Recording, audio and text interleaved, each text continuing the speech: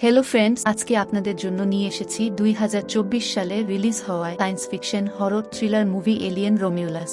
অন্যান্য সব এলিয়েন মুভিগুলোর মতো এই মুভির গল্পটাও স্পেসে হয়। তো শুরুতে দেখা যায় বছরটা তখন 2142 ফেব্রুয়ারির 9 তারিখ। একটা উল্কাপিণ্ড বা মিটিওরাইট এর মতো দেখতে একটা ফসিল, এটাকে একটা স্পেস স্টেশনে রিসার্চের জন্য আনা হয়। ফসিলটাকে লেজার দিয়ে কাটা হয়, এরপর সায়েন্টিস্টরা ওখান থেকে কিছু টুকরো নিয়ে চলে যায়। এরপর রেখে যাওয়া ফসিলের টুকরোটার একটা শট দেখানো হয়, যেটা দেখে মনে হচ্ছিল যেন কোনো এলিয়েন মিটিওরাইটটার সাথে আটকে আছে। তো ফ্রেন্ডস, যে স্পেস স্টেশনটাতে ফসিল নেওয়া হয়েছিল সেটার নাম হচ্ছে রিনেসেন্স, এবং এটার দুইটা ভাগ আছে, একটা রোমিউলাস আর একটা রেমাস। এই বিশাল মহাকাশযানটা হচ্ছে ওয়েল অ্যান্ড ইউটেনে কোম্পানির, এবং এইটা মেইনলি স্পেস রিসার্চের জন্য ব্যবহার করা হতো। ওয়েল অ্যান্ড ইউটেনে হচ্ছে একটা স্পেস রিসার্চ কোম্পানি যারা স্পেসে মানুষ বসবাস নিয়ে কাজ করে। তো এরপর মুভি অনুযায়ী 170 দিন চলে যায়। এরপর আমরা একটা মেয়েকে দেখতে পাই যার নাম হচ্ছে রেইন। সে স্বপ্ন দেখছে যে সে কোনো একটা সুন্দর গ্রহে বসে সানসেট দেখছে। হ্যাঁ, এটা স্বপ্ন, কারণ মেয়েটা জীবনে কখনো সূর্যের আলো দেখতে পায়নি। সে জ্যাকসন্স স্টার নামের একটা মাইনিং কলোনিতে কাজ করে, যেটা LV-140 নামের একটা গ্রহে অবস্থিত। এই গ্রহটা পৃথিবী থেকে 65 লাইট ইয়ার্স মানে 65 আলোকবর্ষ দূরে, এবং এখানে কখনো সূর্যের আলো দেখা যায় না।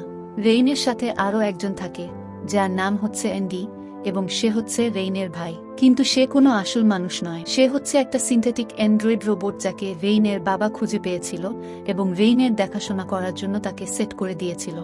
আজকের দিনটা রেইনের জন্য অনেক আনন্দের, কারণ আজকে ওয়েল অ্যান্ড ইউটেনে কোম্পানির সাথে তার কন্ট্রাক্ট মানে কাজের চুক্তি শেষ হতে যাচ্ছে। চুক্তি অনুযায়ী ওয়ার্কারদের 12,000 ঘন্টা মাইনিং কলোনিতে কাটাতে হবে, তারপর তাদের অন্য গ্রহে যাওয়ার অনুমতি দেওয়া হবে। রেইনের এখানে 12,000 ঘন্টা পূরণ হয়ে গেল, তাই সে এখন তার স্বপ্নের গ্রহ ইয়াভাগা 111-এ যেতে পারবে।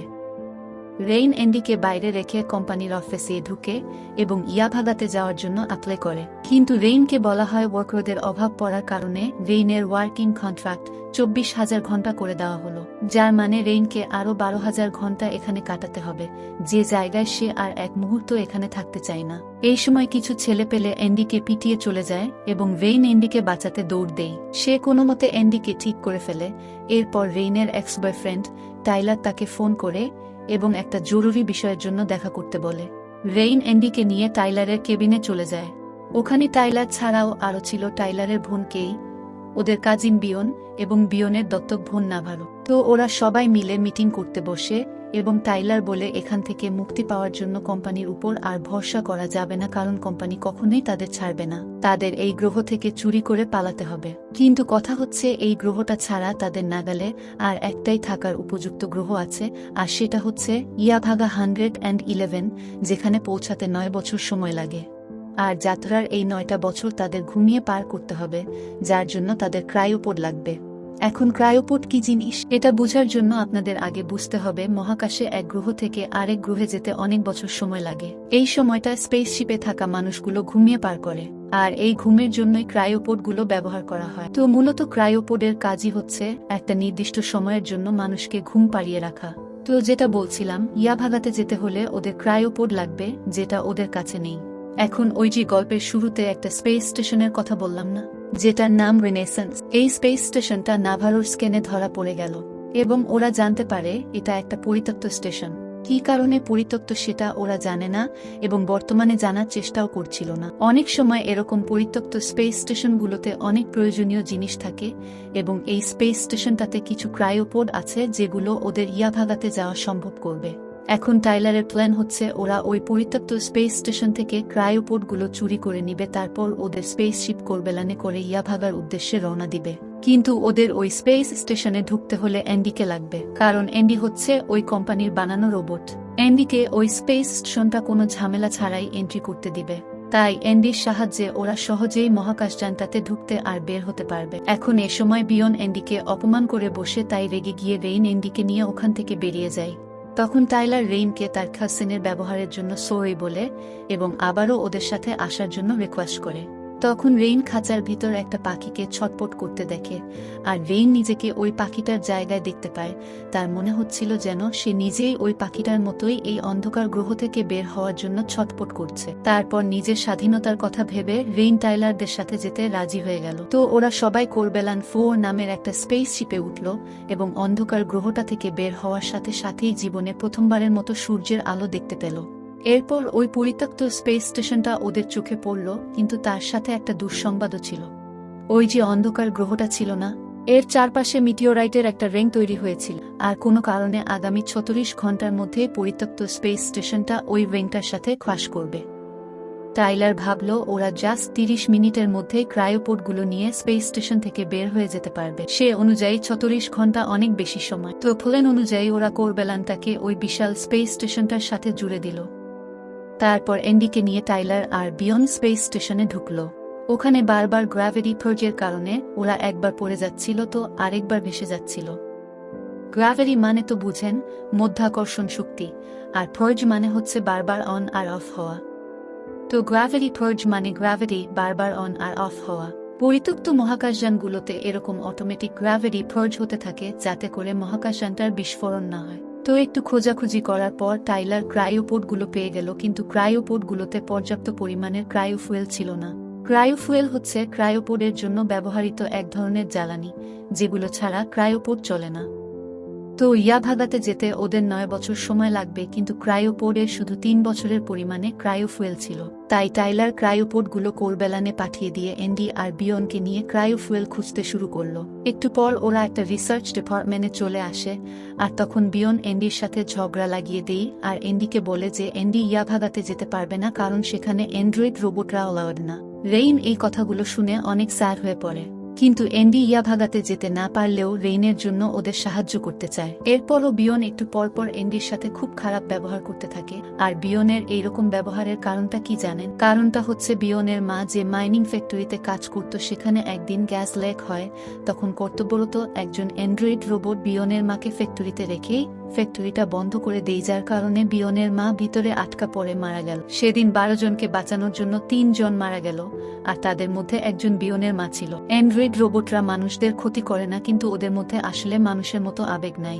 যেমন 10 জনকে বাঁচানোর জন্য ওরা 100 জনের জীবন ঝুঁকিতে ফেলবে না। আর এন্ডিও একজন অ্যান্ড্রয়েড রোবট, যার জন্য বিয়ন তাকে এরকম ঘৃণা করে। এ সময়কেই হঠাৎ বমি করতে শুরু করলো, আর এরপর জানা গেল যে সে প্রেগন্যান্ট। যদিও মুভিতে সরাসরি বলা হয় না বাচ্চার বাবাকে, তবে মুভির ডিরেক্টর ফ্রেড ওভারেস কনফার্ম করে যে বিয়নই বাচ্চার বাবা। যাই হোক, তো এরপর ক্রায়োফুয়েল খুঁজতে খুঁজতে ওরা 3 জন ল্যাবের মতো দেখতে একটা রুমে চলে আসলো। সেখানে কোনো একটা ভয়ানক জন্তুর পাও একটা গ্লাসে করে দেখা যাচ্ছিল। একটা মানুষের মৃতদেহ দেখে ওরা ভয় পেয়ে গেল। পরে বুঝতে পারলো যে সেটা আসলে একটা অ্যান্ড্রয়েড রোবট ছিল। তারপর ওরা ক্রায়ো চেম্বার নামের একটা রুম পেয়ে গেল, আর ওখানে ঢুকে পড়ল। সেখানে এত পরিমাণের ক্রায়োফুয়েল ছিল যে ওরা ইয়াভাগাতে যাওয়ার পরও অনেকটা থেকে যাবে। টাইলার আর বিয়ন তো অনেক খুশি হয়ে গেল এবং ক্রায়োফুয়েল নিতে শুরু করলো। কিন্তু ফ্রেন্ডস, মনে আছে শুরুতে একদল সায়েন্টিস্টরা মিটিওরাইটের টুকরো নিয়ে গিয়েছিল রিসার্চের জন্য? ওই মিটিওরাইটটাতে আসলে একটা ক্সেনোমরফের বডি ছিল, যেটা থেকে সায়েন্টিস্টরা বায়ো ইঞ্জিনিয়ারিং করে ফেসাগার্স নামের কতগুলো ভয়ানক জন্তু তৈরি করে। তো ফেস মানে তো চেহারা, আর হাগ মানে জড়িয়ে ধরা, আর ফেস হাগার্স মানে যারা চেহারা জড়িয়ে ধরে। এই ফেস হাগার্স গুলোর কাজই হচ্ছে মানুষের চেহারা জড়িয়ে ধরে জোর করে মানুষের পেটে ডিম পেড়ে দেওয়া। এরপর এই ডিমটা থেকে মানুষের বুক ফেটে ক্সেনোমরফ বেরিয়ে আসে। এখন ক্সেনোমরফ হচ্ছে ভয়াবহ একটা এলিয়েন।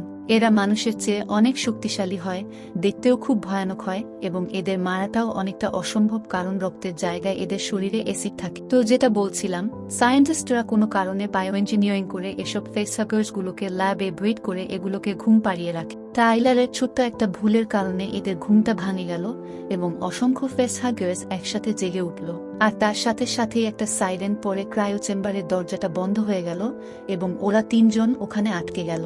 এন্ডি অনেক চেষ্টা করেও দরজা খুলতে পারছিল না। তো এরপর ওদেরকে উদ্ধার করার জন্য রেইন আর নাভারো স্পেস স্টেশনে আসলো। এই পর্যায়ে রেইনও অনেক টেনশনে ছিল, কারণ যে জায়গায় এন্ডি দরজাটা খুলতে পারছিল না সে জায়গায় রেইন তো একদম বেকার। যাই হোক, তারপরও বন্ধুদের বাঁচাতে রেইন আর নাভারো ক্রাইও চেম্বারের সামনে গেল। তখন ওখানে অর্ধেক নষ্ট অ্যান্ড্রয়েড রোবটটাকে দেখে রেইনের মাথায় একটা বুদ্ধি আসলো। সে ওই নষ্ট রোবটটা থেকে একটা মডেল নিয়ে দরজার ফাঁক দিয়ে টাইলারকে দিল অ্যান্ডির মেমোরিতে সেট করার জন্য। রেইন ভাবল হয়তো ওই রোবটটার মডেলের কারণে অ্যান্ডি দরজাটা খোলার ক্লিয়ারেন্স মানে অনুমতি পেয়ে যাবে। তো টাইলার মডেলটা সেট করে দিল, কিন্তু অ্যান্ডি রিবুট হতে কয়েক মিনিট সময় লাগবে। আর এই সময়ের মধ্যে সেখানে থাকা ফেসহাগার্স গুলো টাইলার আর বিয়নকে আক্রমণ করে বসল। রেইন আর নাভারো তো এই দৃশ্য দেখে অবাক। ওখানে ফেসহাগার্স জাস্ট একটা বা দুইটা নয়, অনেকগুলো ছিল। তো টাইলার আর বিয়ন ফেসহাগার্সদের সাথে যুদ্ধ করতে করতে অ্যান্ডি রিবুট হয়ে গেল এবং সে দরজা খোলার পর কোনো মতে ওরা ওখান থেকে বের হয়ে আসলো। কিন্তু ওদের সাথে জাস্ট একটা ফেসহাগার চলে আসছিল, আর সেটা নাভারোর মুখটা একেবারে শক্ত করে জড়িয়ে ধরল। ওরা যতই ফেসহাগারটাকে সরানোর চেষ্টা করছিল ততই ওটা নাভারোকে আরো শক্ত করে জড়িয়ে ধরছিল এবং লেজ দিয়ে নাভারোর গলায় ফাঁস দিচ্ছিল।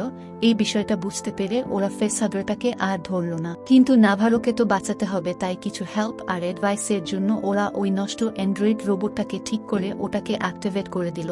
কারণ যেহেতু ওই রোবটটা স্পেস স্টেশনেই ছিল, ওটা নিশ্চয় নাভারোকে ফেসহাগারটা থেকে উদ্ধার করার কোনো উপায় তো জানবেই। এই পর্যায়ে অ্যান্ডিও কেমন যেন একটা অদ্ভুত ব্যবহার করছিল। মনে হচ্ছিল যেন সে আগের চেয়ে অনেক চালাক হয়ে গেছে। আসলে ওই যে নষ্ট রোবটের মডিউল যেটা অ্যান্ডির মধ্যে সেট করা হয়েছিল, সেটা অ্যান্ডিকে বদলে দিয়েছে।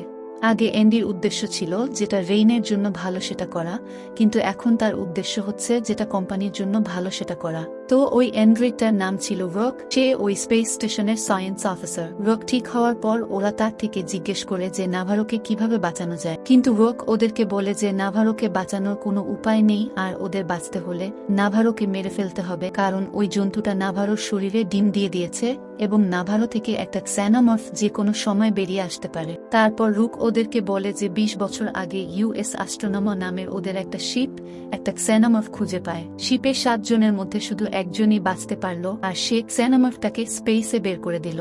এরপর থেকেই ওরা ক্সানোমর্ফটাকে খুঁজে আসছিল।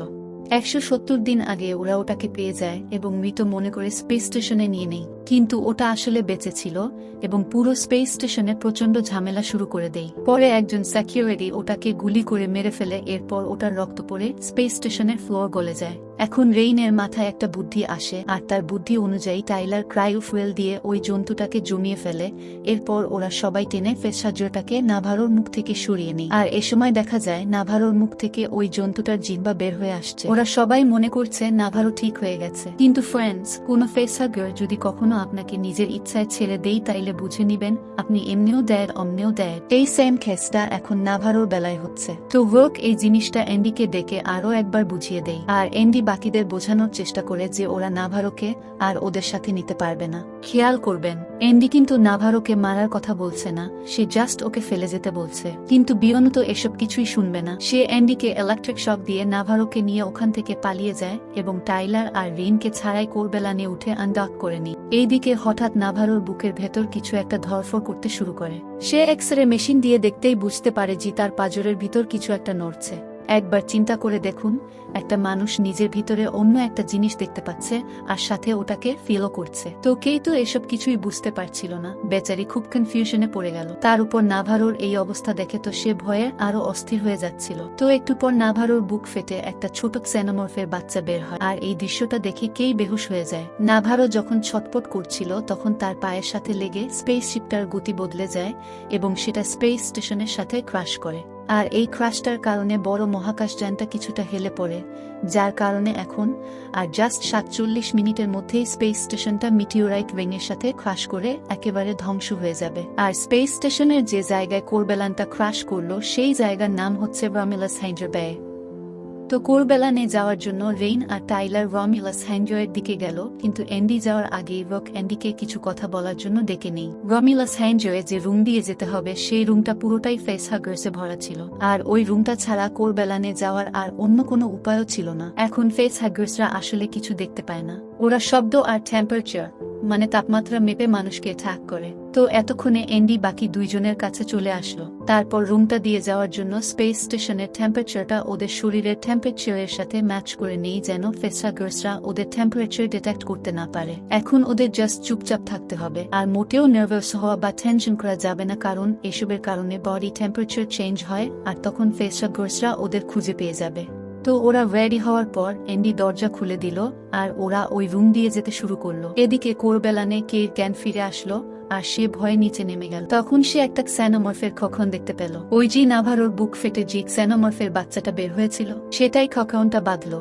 বিয়ন তখন খখনটাকে ইলেকট্রিক শক দেওয়ার চেষ্টা করলো, যার কারণে খখনটা থেকে অ্যাসিড এর মতো রক্ত বের হয়ে ইলেকট্রিক শকের মেশিনটা গলে গেল। এরপর খখন থেকে একটা ধারালো জিহ্বা বের হয়ে বিয়নের চোখে আঘাত করলো। তারপর বিয়ন যখন চোখের ব্যথায় কাতরাচ্ছিল তখন কোকুনটা থেকে বিয়নের গায়ে অ্যাসিড পড়তে শুরু হলো আর বিয়ন মারা গেল।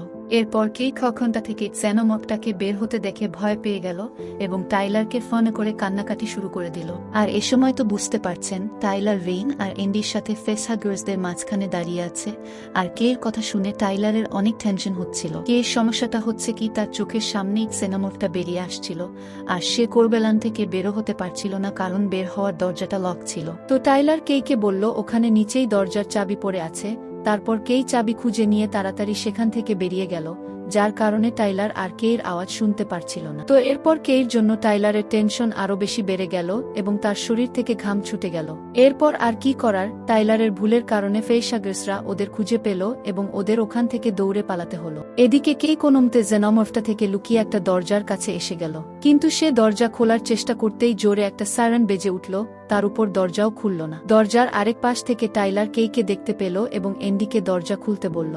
এন্ডি দরজা খুলতে যাবেই, কিন্তু তখন সে কেইর পিছনে সেই জেনোমরফটাকে দেখতে পেল। জেনোমরফটাও কেইর পিছনে অপেক্ষা করছিল, যেন দরজা খোলার সাথে সাথে সে বাকি 3 জনকেও মারতে পারে। এই বিষয়টা বুঝতে পেরে এন্ডি আর দরজা খুলল না। টাইলার এন্ডিকে অনেক জোর করছিল দরজাটা খোলার জন্য, কিন্তু এন্ডি রাজি হচ্ছিল না। এ সময় রেইন কেইকে বারবার দৌড়াতে বলছিল, কিন্তু কেই গাধার মতো ওখানেই দাঁড়িয়েছিল। এরপর জেনোমরফটা কেইকে ওখান থেকে নিয়ে চলে গেল। এরপর রেইন এন্ডিকে একটা চড় মারল, কিন্তু তাতে কোনো লাভ হয়নি, কারণ এন্ডি এখন আর রেইনের ভাই নয়, কোম্পানির একটা চাকর হয়ে আছে যে শুধু ভোকের কথা শুনছে। সবচেয়ে বিরক্তিকর বিষয় হচ্ছে এতগুলো বিপদের মধ্যেও রুক নামের স্বার্থপর রোবটটা কোম্পানির মিশন নিয়ে পড়ে আছে। এরপর দেখা যায় এন্ডি টাইলার আর রেইনকে নিয়ে কোনো একটা কারণে রোমিউলাস ল্যাবে চলে যায়। সেখানে কালো রঙের এক ধরনের পিচ্ছিল একটা লিকুইড তৈরি হচ্ছিল, যেটার নাম হচ্ছে প্যাথোজেন। এইটার ব্যাপারে জানতে চাইলে রোগ তাদেরকে জানায় এটা ফেসাগার্সদের শরীর থেকে নেওয়া একটা জিনিস। এই জিনিসটা মৃতপ্রায় মানুষকেও জীবিত করে দিতে পারে।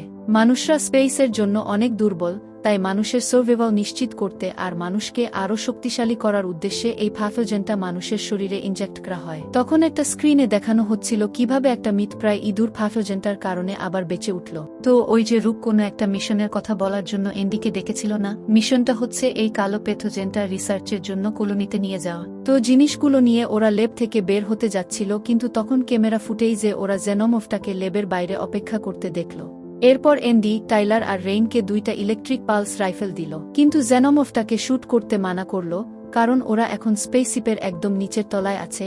এই অবস্থায় জেনোমরফটাকে শুট করলে এসিড পরে স্পেসশিপে ফুটো হয়ে গেলে ডেকম্প্রেশনের কারণে ওরা সবাই মারা পড়বে। রাইফেলটা শুধুমাত্র জেনোমরফটাকে ভয় লাগানোর জন্যই ব্যবহার করা যাবে। তো এরপর ওরা কনভেয়র বেল্ট দিয়ে ল্যাব রুম থেকে বেরিয়ে গেল। এ সময় ভোকের দেখানো সেই এক্সপেরিমেন্টের ইঁদুরটা দেখা যায়, যেটা এমনভাবে বিকৃত হয়ে গেছিল যে সেটা আসলে ইঁদুর নাকি বুঝাই যাচ্ছিল না। তার মানে এই প্যাথোজেন লিকুইডটা মানুষকে জাস্ট শক্তিশালী করে না, বা পুরোই বদলে দেয়। এখন কনভেয়র বেল্ট এর অপর প্রান্তে গিয়ে ওরা দেখে যে ওরা পুরো একটা জেনোমরফ নেস্ট এ চলে আসছে। মানে কোনো একটা পোকা যেভাবে বাসা বাঁধে ওভাবেই জেনোমরফরা ওখানে বাসা বেঁধে রেখেছিল।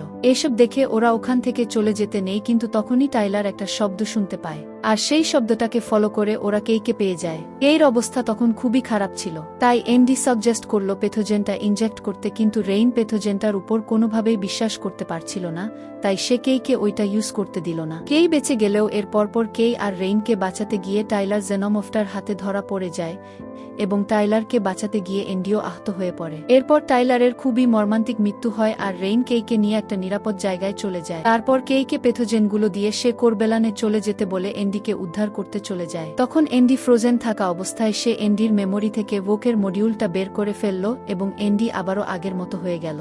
এখন এনডি থেকে মডিউলটা খুলে ফেলার কারণে রকের মাথা খারাপ হয়ে গেল, কারণ ওই মডিউলটার কারণে সে যেভাবে এতক্ষণ এনডিকে কন্ট্রোল করে আসছিল সেটা এখন আর পারবে না। আর তাছাড়া ওর মিশনও তো কমপ্লিট হয়ে গেল, কারণ ওই পেথোজেনটা কের সাথে কোরবেলানে চলে গেছে, যেটা এখন অটো পাইলটে সে কোম্পানির কাছে পৌঁছে দিতে পারবে। তো এ সময় কতগুলো জেনোমর্ফ এনডি আর রেইনের দিকে আসতে শুরু করে, আর ওরা পালানোর জন্য দরজায় যায়, কিন্তু রোক দরজা বন্ধ করে রেখেছিল যেন এনডি আর রেইন জেনোমর্ফদের হাতেই মরে যায়। এ সময় রেইনের মাথায় একটা বুদ্ধি আসে, সে স্পেস স্টেশনের গ্র্যাভিটি অফ করে দেয়, যার কারণে সব জেনোমর্ফগুলো ভেসে উঠে। তারপর সে ইলেকট্রিক রাইফেল দিয়ে অনেকগুলো জেনোমর্ফকে মেরে ফেলে। এখন গ্র্যাভিটি অফ থাকার কারণে জেনোমর্ফের অ্যাসিডগুলো নিচে না পড়ে ভেসে যাচ্ছিল। এর মধ্যে স্পেস স্টেশনটা মিটিওরাইট উইনের সাথে ক্র্যাশ করতে আর জাস্ট 10 সেকেন্ড বাকি। এনডি আর রেইন কোনো মতে কোরবেলানে উঠে যায় এবং সময় মতো আনডক করে নেই। এরপর রেইন রক থেকে কোরবেলানের যোগাযোগ বিচ্ছিন্ন করে দেয়, কারণ এতক্ষণ ওদের শিপটা রক কন্ট্রোল করেছিল। তারপর সে শিপের গন্তব্যস্থান ইয়াভাগা করে দিয়ে শিপটা অটো পাইলট করে দেয়। এরপর কেকে ক্রায়োপোডে ঢুকিয়ে দিয়ে রেইন এনডির সাথে কথা বলতে যায়। এখন এখানে আরেকটা প্রবলেম আছে। কেকে যখন রেইন একা রেখে গিয়েছিল তখন সে পেথোজেনটা নিজের গায়ে ইনজেক্ট করে নেয়, আর এই পেথোজেনটা সরাসরি তার পেটের বাচ্চাটাকে এফেক্ট করে বসে। তো সব ঠিকঠাক করে রেইন যখন নিজে ক্রায়োপোডে ঢুকতে যাবে তখন কের পোডটা থেকে রেড সিগন্যাল আসতে শুরু করলো এবং পোড খুলতেই দেখা গেল কের পেটটা অস্বাভাবিকভাবে বড় হয়ে গেছে। আর এত তাড়াতাড়ি তো কখনো মানুষের বাচ্চা বড় হয় না। তো আপনার হয়তো বুঝতেই পারছেন এটা কি। কের বাচ্চাটা মানুষ এবং জেনোমর্ফের হাইব্রিডে পরিণত হয়েছে। এরপর কে খুব অদ্ভুত একটা কালো জিনিস প্রসব করে। রেইন তো দেখেই বুঝে গেল যে এটা ভয়ানক কিছু একটা, তাই সে তাড়াতাড়ি জিনিসটাকে বাইরে ফেলতে নিয়ে গেল, কিন্তু জিনিসটা অ্যাসিডিক হওয়ায় রেইনের হাত থেকে পড়ে গেল এবং শিপের ফ্লোর গলিয়ে একেবারে নিচে চলে গেল। রেইন ওটাকে জমিয়ে ফেলার জন্য ক্রায়োফুয়েল নিয়ে নিচে নামলো, কিন্তু সে ওটাকে কোথাও দেখতে পাচ্ছিল না। কিছুক্ষণ পর রেইন কে চিৎকার শুনতে পেয়ে উপরে দৌড়ে গেল। ওই ভয়ানক মানুষ আর জেনোমর্ফ হাইব্রিডটা নিজের মাকে রক্ত চুষে মেরে ফেললো, সাথে এনডিকেও আঘাত করে ফেলে রাখলো। রেইন ক্রায়োফুয়েল দিয়ে ওটাকে জমিয়ে দিতে চাইল, কিন্তু ওই জানোয়ারটা ঝাপটা মেরে রেইনকে ফেলে দিল, যার কারণে ক্রায়োফুয়েল সব দিকে ছড়িয়ে যেতে শুরু করলো আর ঠান্ডায় রেইন জমে যাচ্ছিল। এরপর কোনো মতে সে অন্য রুমে গিয়ে জাস্ট সময় মতো দরজাটা বন্ধ করে গরম কাপড় পরে নেই। এরপর অনেক যুদ্ধ করে রেইন কার্গো বেড়ে করে জানোয়ারটাকে শিপ থেকে বের করে স্পেসে ফেলে দেয়, আর স্পেস স্টেশনটার পাশে কার্গো বেড়ে করে জানোয়ারটাও রিংয়ের সাথে ক্রেশ করে মারা গেল। তো যাই হোক, এরপর রেইন এনডিকে একটা ক্রায়োপোডে ঢুকিয়ে নেই এবং একটা অডিও রেকর্ড করে যেখানে সে কোরবেলানের লাস্ট সার্ভাইভার হিসেবে নিজের পরিচয় দেয়। এরপর সে নিজেও একটা ক্রায়োপোডে ঢুকে দীর্ঘ 9 বছরের জন্য গভীর ঘুমে চলে যায়। আপনাদের কি মনে হয়, রেইন কি আদৌ ইয়াভাগাতে পৌঁছাতে পারবে? আর পারলেও ওর জীবন কি ওখানে ভালো কাটবে? আমার মনে হয় না, কারণ যেমন আগে বলেছিলাম ইয়াভাগাতে অ্যান্ড্রয়েড রোবটরা এলাউড না, বা রেইন এনডিকে ঠিক করার জন্য ইয়াভাগাতে নিয়ে যাচ্ছিল। তো ফ্রেন্ডস, আপনারা নেক্সট টাইম কোন গল্পের এক্সপ্লেনেশন শুনতে চান তা অবশ্যই কমেন্ট বক্সে জানিয়ে দিবেন, আর চ্যানেলটা সাবস্ক্রাইব করে আমাদের সাপোর্ট করবেন। ধন্যবাদ।